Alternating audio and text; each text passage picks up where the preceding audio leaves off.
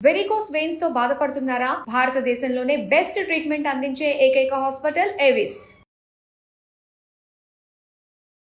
నమస్తే రమ్మగారు. నమస్తే జయ. మంచి చందమామ కథ ఒకటి చెప్తారా?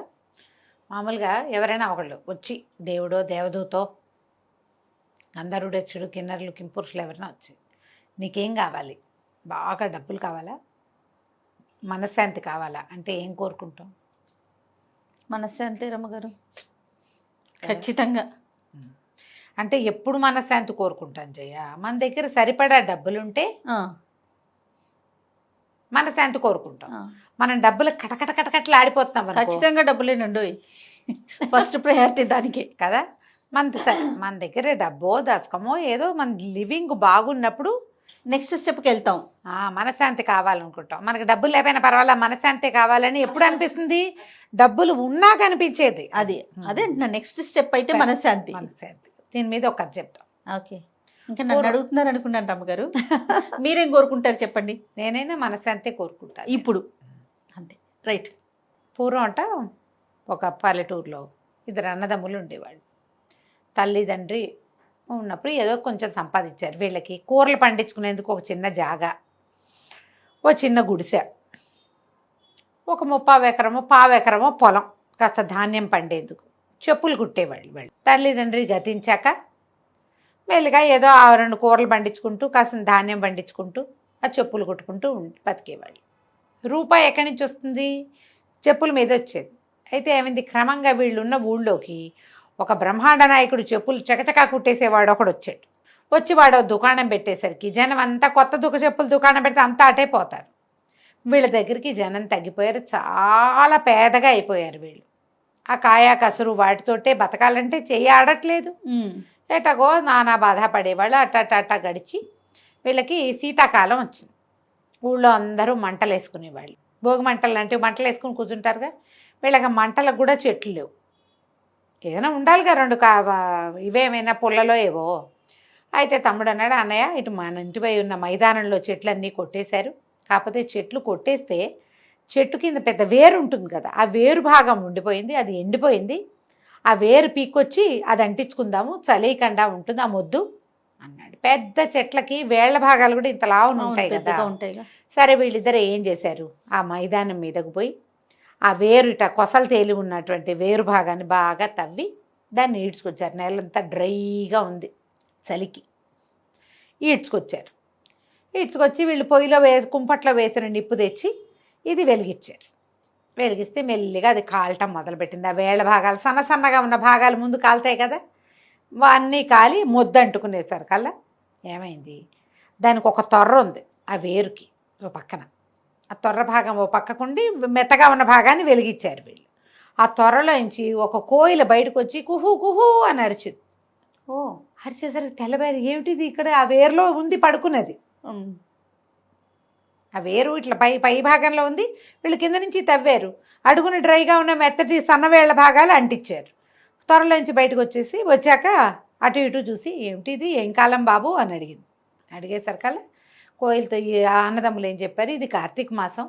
దేని ఋతువు అని అడిగితే కార్తీక మాసం అనేసరికల్లా, అయ్యో అలాగా, వేడిగా ఉండేసరికి ఎండాకాలం వచ్చేసిందని కూసాను. మీరు మంట పెట్టారు కాబట్టి వేడి వచ్చినట్టు, వేడెక్కింది కదా దిమ్మ. అయ్యో నేను ఎండాకాలం దాకా తలదాచుకోవాలి నా బాబు, నన్ను ఎక్కడైనా ఉంచుకుంటారా అనేసరికల్లా వీళ్ళేమన్నారు, 4 ఈ తాటాకులు ఇవి ఉంటాయి కదా, కమ్మలు అవి దూర్చి ఉన్న చూరులో, ఈ చూరులో వెచ్చగా ఉంటుంది, అందులో పడుకో అని చెప్తే ఆ చూరులో పడుకుని నిద్రపోయింది కోయిల. అది ఈ కార్తీకం నుంచి మళ్ళా చైత్రమాసం వచ్చేదాకా అక్కడే పడుకుంది. చైత్రమాసం వచ్చాక లేచి బాబు నేను దేశాటనకి వెళ్ళిపోతాను, మళ్ళీ కలుస్తాను, మీకు ఏమన్నా తెచ్చిపెట్టమన్నారా, ఏమైనా సహాయం చేయనా, మీ వల్ల ఆ త్వరలోంచి బయటకు వచ్చి నేను ఇంట్లో దాక్కున్నాను అన్నది. అనేసరికల్లా వాళ్ళ అన్నయ్య అన్నాడు, అమ్మ ఏం తెస్తావు మాకు, నువ్వు దేశం అంతా తిరుగుతావు కదా ఈ కూసుకుంటూ, ఎక్కడైనా ముత్యాలు కానీ రత్నాలు కానీ వజ్రాలు కానీ కనపడితే చెరుకోటి తెచ్చిపెట్టు, వాటితో అయినా మా బతుకు బాగుపడుతుందేమో అన్నాడు. అనేసరికల్లా ఈ కోయిలంది, దాందే ఉంది, నేను దేశం అంతా తిరుగుతాను, కానీ ఈ వజ్రాలు ముత్యాలు ఎక్కడుంటాయి అక్కడికి వెళ్ళను, నేను చెట్ల మీదకే వెళ్తా. కాకపోతే నేను వెళ్ళే చెట్లలో 2 విచిత్రమైన చెట్లు ఉన్నాయి. ఒక చెట్టు ఎప్పుడు పచ్చగానే ఉంటుంది. అది ఆకులు ఎండాక దాని ఆకులు మొదట బాగా పచ్చబడి ఆకులు ఎండాక పూర్తి బంగారంగా మారిపోతుంది ఆకు. ఓ ప్యూర్ గోల్డ్. పండి ఎండాలి, చెట్టు మీదే పండి చెట్టు మీదే ఎండి కింద రాలిన ఆకు బంగారపు ఆకుగా మారుతుంది. అది ఇంకో చెట్టు ఉంది, అది సంవత్సరం అంతా పచ్చగానే ఉంటుంది దాని ఆకు. ఆ చెట్టు ఎవరి దగ్గర ఉంటుందో ఆ ఆకు వాళ్ళకి చీకు చింత ఉండదు అనేసరికల్లా ఈ పెద్దన్న అయినాడు, ఆ ఎండిపోయి రాలిపోయిన బంగారపు ఆకు ఒకటి తెచ్చిపెట్టమ్మా కోయిలమ్మ, నా బతుకు బాగుపడుతుంది అంటే తమ్ముడు అన్నాడు, ఆ పచ్చగా ఉండే ఆకు ఒకటి తేవా, చీకు చింత ఉండనన్నావు కదా, ఆ ఆకు పట్టుకురా అన్నాడు. కోయిలు వెళ్ళిపోయింది. ఎండాకాలం అంతా తిరిగి వానకారు వచ్చేసరికల్లా కోయిల తిరిగి వచ్చేసి వీళ్ళ సూట్లో దూరుతూ 2 ఆకులు పట్టుకొచ్చింది. ఒకటి బంగారపు ఆకు, రెండోది ఆకుపచ్చటి ఆకు. అది ఎన్ని తేగలదు, కోయిల ఎంత ఉంటుంది, అదో ఆకు ఇదో ఆకు ముక్కును కరుచుకుని తెచ్చింది. ఆ బంగారపు ఆకు పెద్దవాడికి ఇచ్చి పచ్చటాకు తమ్ముడికి ఇచ్చింది. ఎంత సంతోషించారో ఇద్దరు. అన్నయ్య అనుకున్నాడు, ఆకును చూసుకుని, ఈ పిచ్చి వెధవా, ఇన్నాళ్ళు నాకు పట్టిన శని వదిలింది, అసలు నాకు పట్టిన శని వీడే. బంగారపు ఆకు వదిలిపెట్టి పిచ్చాకులు తెప్పించుకుంటాడా ఎవడైనా, ఇక వీడితో కలిసి ఉండకూడదు అనిపించేసింది. బంగారం చూసేసరికి, సంపద వచ్చేసరికి తన పక్కనున్న పేదవాడు దౌర్భాగ్యుడుగా కనపడతాడు మనుషులకి. వాడు సొంత తమ్ముడైనా సరే వాడితో ఉంటే మనకి దౌర్భాగ్యం అంటుతుంది, వాడిని వదిలించేసుకోవాలనిపిస్తుంది. లోకంలో అందరినీ ఇలాంటి వాళ్ళనే చూస్తున్నాం. తమ్ముడిని పైకి తీసుకొద్దాం, ఈ బంగారపాకు తమ్ముడికి ఇద్దాం అనిపిస్తుందా ఏ అన్నకైనా? అతను విడిగా వెళ్ళిపోయాడు. ఆ బంగారపాకు వచ్చిన వేళ విశేషం వీడి దగ్గర చేరిందని తెలియంగానే అతను ఎప్పటి నుంచో ఒక అవతల ఇంటి అమ్మాయిని ఇష్టపడుతున్నాడు. ఆ పిల్ల పెళ్లికి ఒప్పుకోవాలి, వీళ్ళ దగ్గర లేవని. ఆ అమ్మాయి కాస్త నేను పెళ్లి చేసుకుంటానండి. చెప్పుల షాప్ ఒకటి పెట్టాడు చూడు, వాడు వీడికి పార్ట్నర్షిప్ ఇచ్చాడు, వీడి దగ్గర బంగారం చేరింది కాబట్టి. అన్నయ్య కూడా వెళ్ళిపోయేసరికల్లా ఈ తమ్ముడి పని ఇంకా అధ్వాన్నం అయిపోయింది. ఇంకా అధ్వాన్నం. వాడు మైదానం మీద దుంపలు తవ్వుకుంటూ పువ్వులు అవి కోసుకుని తింటూ అలాగే ఉండేవాడు. కానీ హాయిగా ఉండేవాడు, చీకు చింత లేదు. తనకేమీ లేవు, అన్నయ్య వెళ్ళిపోయాడన్న బెంగ కూడా లేదు వాడికి, ఏ బెంగ లేదు. ప్రాణం హాయిగా ఉండేది. ఆ మైదానంలో పడి తిరుగుతూ ఆకలేసినప్పుడు ఏ కాయో ఏ కసరో కోసుకుని తింటూ ఆ తిన్నదానికి సంతోషిస్తూ నదీ తీరంలో తిరుగుతూ ఉండేవాడు. అయితే ఏమైందట, ఆ కాలంలో అక్కడున్న ఒక జాగీర్దార్ గారు, ఆయనకి ఏదో సమస్య వచ్చింది. ఆ జాగీర్లో కొంతమంది తిరుగుబాటు చేశారు. వాళ్ళ తమ్ముడు ఆస్తి పంచుకుపోయాడు. ఆయన ఎప్పుడు దుమదుమలాడుతూ రొసరొసలాడుతూ చేతికంతిని విసిరి కొడుతూ ఎవరైనా ఏదైనా అడిగితే వాళ్ళ మొహం పగల కొడుతూ ఎంత దుమదుమలాడుతూ ఉండేవాడు. అయితే ఒకనాడు ఆయన ఈ మైదానం మీద వ్యాహ్యాలకి వెళ్ళి ఆ నదిగా ఒడ్డున కూర్చునున్న తమ్ముడితోటి కాసేపు మాట్లాడాడు. ఆ తమ్ముడు ఈయన కులాసగా కబుర్లు చెప్పుకున్నారు. ఇంటికి వచ్చిన జాగీర్దార్ గారు వస్తున్న దారిలో సైనికులందరినీ నవ్వుతూ మాట్లాడిచ్చాడు, అందరినీ పలకరించాడు, కడుపు నిండా అన్నం తిన్నాడు. ఒక్క మాట మాట్లాడలా, ఎవరిని ఏమనలా. ఇదేంటి ఈయన ఇలా దేవుళ్ళ అయిపోయాడు? ఆశ్చర్యపోయారు. ఏమిటి అని ప్రశ్నించారు. ఆ కష్టాలు అందరికీ ఉంటాయి, ఏం చేస్తాము, అవే పోతాయి, మన పని మనం చేసుకుంటే బాగుంటుంది, ఎందుకు వచ్చింది ఈ తగాదాలు ఇవన్నీను అనేసరికి ఆశ్చర్యపోయారు. ఎలా ఈయనలో ఈ మార్పు వచ్చింది? అప్పుడు వాళ్ళలో ఒకళ్ళిద్దరు ఏం చెప్పారంటే, ఏ రోజు సాయంత్రం ఇక్కడ అందరినీ అరిచి చేతిలో వస్తువులన్నీ విసిరుకొట్టి కత్తిపుచ్చుకుని గుర్రం ఎక్కి వెళ్ళిపోయిన జాగీర్దార్ గారు సాయంకాలం వచ్చేటప్పుడు ఈ అన్నదమ్ముల్లో చెప్పులు కుట్టే వాళ్ళల్లో ఉన్న రెండో వాడితోటి చాలాసేపు నది ఒడ్డును కూర్చొని మాట్లాడాడు. వాడి దగ్గర నుంచి తిరిగి వచ్చాక ఈయన ఇలా దేవుళ్ళ అయిపోయాడు. అందరూ ఆశ్చర్యపోయారు. ఇక అక్కడి నుంచి చూడు మొదలుపెట్టి అధికారులు వాళ్ళు వీళ్ళు అందరూ వచ్చి ఈ చిన్నవాడితో మాట్లాడేవారు. మాట్లాడంగానే వాళ్ళకు సంతోషం వచ్చేది, హాయిగా ఉండేది. ప్రతి వాళ్ళు వచ్చిన వాళ్ళు ఏదో ఒకటి పట్టుకొచ్చి ఇచ్చేవాళ్ళు. జాగీర్దార్ గారు ఎప్పటికప్పుడు వచ్చి కాసేపు కబుర్లు చెప్పేవాడు. ఓ ఉత్తరీయం తెచ్చేవాడు, ఓ చొక్కా తెచ్చేవాడు, ఓ ఏవి తెచ్చేవాడు, భోజనాలు తెప్పించేవాడు. మెల్లిగా చిన్నవాడి పని బాగుపడింది. అతనికి ఎవరో ఒకళ్ళది ఏదో ఒక రాజోద్యోగిలాగా ఉండేవాడు. అతను అన్నీ వచ్చేస్తాయి, ఏ అధికారం వస్తే ఆ అధికారానికి సంబంధించిన వస్తువులన్నీ ఇతని దగ్గరకు వచ్చేసాయి. హాయిగా కులాసాగా ధ్యామని ఉండేవాడు. మామూలుగా లేదు వాడి పని.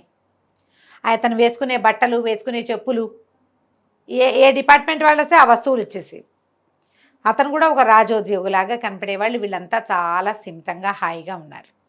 క్రమంగా ఈ జాగీర్దార్ గారి బావమరిది రాజుగారి దగ్గర వజీర్గా ఉన్నాడు. ఆయనకి తెలిసింది వజీర్ రాజుగారికి సుల్తాన్ గారు చాలా పెద్ద సమస్యలో ఉన్నాడు. పెద్ద రాజుగారు అసలు మామూలుగా లేదు, తిరుగుబాటు జరుగుతోంది వాళ్ళ దగ్గర. ఎప్పుడు కొట్టుకు చచ్చిపోతున్నారు, నిరంతరము కొట్లాటలే. సభ తీర్చారంటే సగం మంది కత్తులు కటార్లు పుచ్చుకునేవాళ్ళు. ఏం చేయాలో తెలియదు. సరే, ఆయన ఏమనుకున్నాడు, ఈ చెప్పులు కుట్టే అతన్ని పిలవాలనుకున్నాడు. కబురు చేశాడు, ఈ అబ్బాయి ఇచ్చాడు. ఈ లోపల 4 సంవత్సరాలు గడిచింది. కోయిల 4 సార్లు ఆకులు తెచ్చిపెట్టింది ఇతనికి. బంగారపాకులు అన్నయ్యకి వెళ్తున్నాయి, అన్నయ్య సంపద పెరిగింది. ఈ చీకు చింత లేని వాడికి పచ్చటాకులు చేరుతున్నాయి. ఇతను ఏం చేశాడు, ఈ తమ్ముడు తన దగ్గర ఉన్న పాత కంబళిలో ఈ ఆకుల్ని 4 ఆకుల్ని పచ్చటాకుల్ని పెట్టి అటు ఇటు కుట్టేసి దాన్ని భుజాన వేసుకుని తిరిగేవాడు. అతను ఎక్కడికి వెళ్తే అక్కడ హాయిగా ఉండేది. ఎవరికి కొట్లాట్లు ఉండేవి కాదు, ఎవరు తిరగబడేవాళ్ళు కాదు.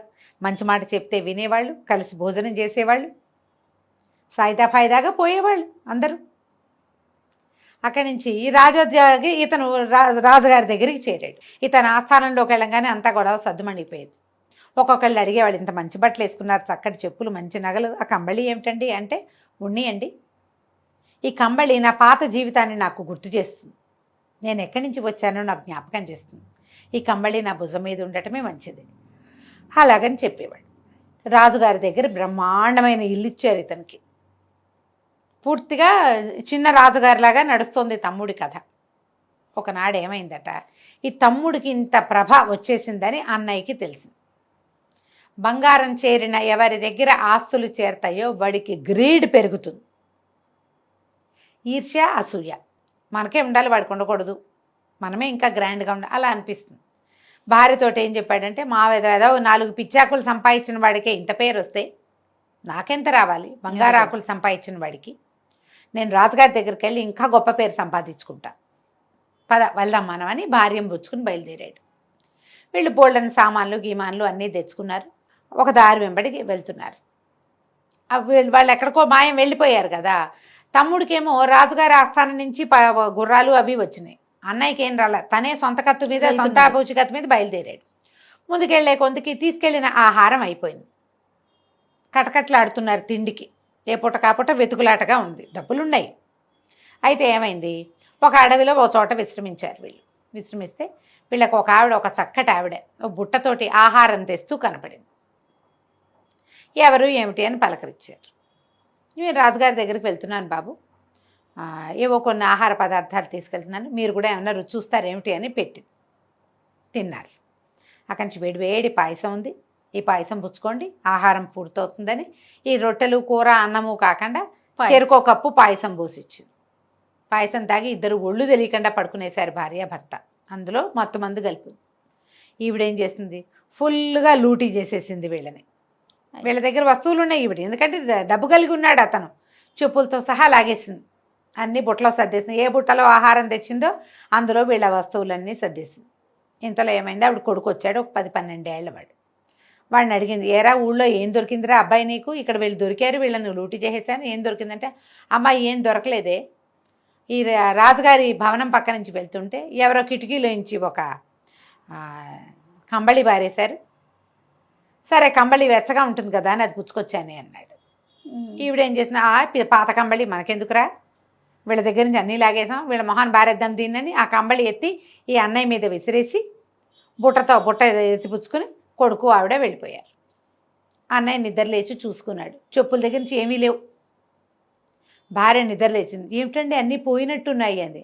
ఆ పోతే పోయినాయి లేవే, పోతే పోయినాయి, అసలు ఇంత దూరం ఎందుకు వచ్చాం మనం, పెద్ద డబ్బు కోసమా, పేరు కోసమా, లేకపోతే ఏమైంది, చూడు అడవి ఎంత బాగుందో, పచ్చగా చక్కగా చిన్న కుటీరం వేసుకుని హాయిగా ఉందాం ఇక్కడే, మన ఊరు వెళ్ళొద్దు, రాజుగారి ఊరు వెళ్ళదు, మనకెందుకు అవన్నీ, మన ఊరిలో కూడా ఏముంది సుఖం, ఎప్పుడు పని, ఇక్కడైతే హాయిగా ఉండొచ్చు, కట్టెలు కొట్టి తెస్తా, చక్కగా వంట ఉండదు కానీ, ఎగో పళ్ళున్నాయి, కాయలున్నాయి, ఒక గుప్పెడు ఒక చారెడు నేల దున్ని ధాన్యం పడేసుకున్నామంటే బోళ్ళంత పంట, హాయిగా ఉందామన్నారు. ఎక్కడి నుంచి వచ్చింది ఈ కంబళి, అక్కడి నుంచి తమ్ముడు. అయితే ఏమైంది, తమ్ముడి దగ్గర రాజుగారు పొద్దున్నే ఆయన నిద్ర లేచి ఈయన పిలుచుకురమ్మన్నారు. పిలుచుకురమ్మనేసరికల్లా తమ్ముడు అప్పుడే నిద్ర లేచాడు. చూసుకుంటే నా కంబళి ఏదంటే లేదు, కంబళి పోయింది అని తెలియగానే ఈయనకి భయం వేయటం మొదలుపెట్టింది. ఏం జరుగుతుంది తమ్ముడికి ఎందుకు పిలిచారు నన్ను ఏం చేయబోతారో అని భయం. అప్పటిదాకా ఏ భయమూ తెలియకుండా ఉన్నాడు. వెతుక్కుంటున్నాడు కంబళి కోసం, ఎంత వెతికినా దొరకల. ఒక కుర్రాడిని పనిలో పెట్టుకున్నాడు. వాడు ఈ పాత కంబళి ఎందుకని కిటికీలోంచి కిందకి విసిరేశాడు. ఓహో, ఆ కంబళి ఆ కుర్రాడి దొరికింది, అది వెళ్ళిపోయింది అవతలికి. భయపడుతూ రాజుగారి దగ్గరికి వెళ్ళాడు. ఎప్పుడైతే ఇతను తన కంబళి లేకుండా ఎదురుపడ్డాడో రాజుకు చిరకు, ఏమిటి వీడు మొహం చెప్పులు కుట్టేవాడు, వీడిని నేనెందుకు పిలిచాను, వీడిని ఇక్కడెందుకు పెట్టుకున్నాం మనం, సభలో వాళ్ళందరిని అడిగాడు. మనం ఈ చెప్పులు కుట్టేవాడిని ఎందుకు పిలిచాం అంటే, ఏమోనండి మీరు ఎందుకు పిలిచారో మాకు తెలీదు అని వాళ్ళలో వాళ్ళు కొట్టుకోవడం మొదలుపెట్టారు. వాదించుకుంటున్నారు. సభ అంతా రణరంగం అయిపోయింది. ఆ చెప్పులు కుట్టేవాడిని బయటికి తోసేయండి అన్నాడు రాజు. బయటికి తోసేశారు. బయటకు వచ్చేసాడు. వచ్చాక అనిపించింది, ఎందుకు నేను ఇక్కడికి వచ్చాను, పాత గుడిసెకి వెళ్ళిపోతే సింతంగా ఉంటుంది, అదే మన ఆస్తి ఏది, మనం ఓన్ ప్లేస్కి వెళ్ళిపోతాం. సమస్యల్లో ఉన్నప్పుడు ఏం చేస్తారు, ప్రతి వాళ్ళు సొంత ప్రాంతానికి వెళ్ళిపోతారు, అంతేగా. సరే తన వైపుగా నడవటం మొదలుపెట్టాడు. అడవి దాటి ముందుకెళ్ళాడు. అడవి లోపలికి వెళ్ళేసరికల్లా ఓ చిన్న గుడిసె కనపడింది. అన్నయ్య అందులో నిద్రపోతున్నాడు, వదిన వంట చేస్తుంది. గుడిసె లోపలికి వెళ్ళాడు. ఆవిడ రావయ్య మరిది భోజనం చేస్తావా అంది. అంతకుముందు ఎప్పుడూ లేదు. అదే కదా. ఆ కంబళి చూసేసరికల్లా వీడికి స్థిమిత వచ్చేసింది. కూర్చున్నాడు. అన్నయ్య నిద్ర లేచాడు. ఏరా తమ్ముడు, రాజుగారి దగ్గర నుంచి వచ్చావా, నువ్వు కూడా ఇక్కడే ఉంది కానీ మనం కలిసి ఇక్కడే ఉందాం అన్నాడు. అనగానే వీడికి నవ్వొచ్చింది. ఇక్కడ ఎందుకన్నయ్య, మన ఊరు వెళ్ళిపోదాం, ఇక్కడొద్దు, ఈ కంబళి పుచ్చుకొని వెళ్ళిపోదాము, మన ఊరు వెళ్ళి మన చారెడు పొలం పండించుకుందాం, మన దోసెడ్ జాగాలో కూరలు పండించుకుందాం, మన గుడిసెలో మనం ఉందాం, ఏమొచ్చినా అక్కడికే వస్తాయి ఇంకా అని కంబళి భుజాన్ని వేసుకుని అన్నయ్య వదిన చెరో పక్కన నడుస్తుండగా తమ పాత ప్లేస్కి వెళ్ళిపోయారు. వాళ్ళు హాయిగా ఉన్నారు ఎప్పటికీ. వాళ్ళకి ఇంకెప్పుడు కోయిలు వచ్చి వాళ్ళకి ఏమి ఇవ్వలే. కానీ ఆ పాత 4 ఆకులు ఆ కంబళిలో దాక్కుని వాళ్ళ ఇంట్లోనే ఉన్నాయి. అలానే ఉన్నాయి. వాళ్ళు ఎప్పుడూ చీకు చింత లేకనే ఉన్నారు. మళ్ళీ బంగారం చేరింది అనుకో, మళ్ళీ గ్రీడ్ వస్తుంది, అంతే, మళ్ళీ ఓర్వలేనితనం వస్తుంది. బంగారం లేదు, ఎప్పటికీ వాడని పచ్చాకులు వీళ్ళ దగ్గరే ఉన్నాయి. వాళ్ళు స్థిమితంగానే ఉన్నారు. రాజుగారు ఎప్పట్లాగానే కొట్టుకుంటూ ఉన్నారు. జాగీర్దార్ గారు ఎప్పట్లాగానే ఉన్నాడు. ఆ ఊరు వాళ్ళే వచ్చి వీళ్ళని చూసి వెళ్తూ ఉండేవాళ్ళు, అంతే. కథ కంచికి మనం ఇంటికి. చాలా బాగుంది రమ్మగారు. చీకు చింత లేకుండా ఉండటమే నిజమైన వరం, అంతే. డబ్బులు లేవు, డబ్బో బంగారం వస్తే చీకు చింత ఆటోమేటిక్గా వస్తుంది. అవి ఉన్నా వాటిని ఊరికే ఉపయోగపడే వస్తువులుగానే ఉంచుకోవాలి తప్ప మనం పెరిగిపోకూడదు. ఆలోచనలో ఉండాలి అది సరిగ్గా. ఎంత బాగుంది చూడు కదా. చాలా బాగుందండి. నమస్తే రమ్మగారు. నమస్తే చేయ.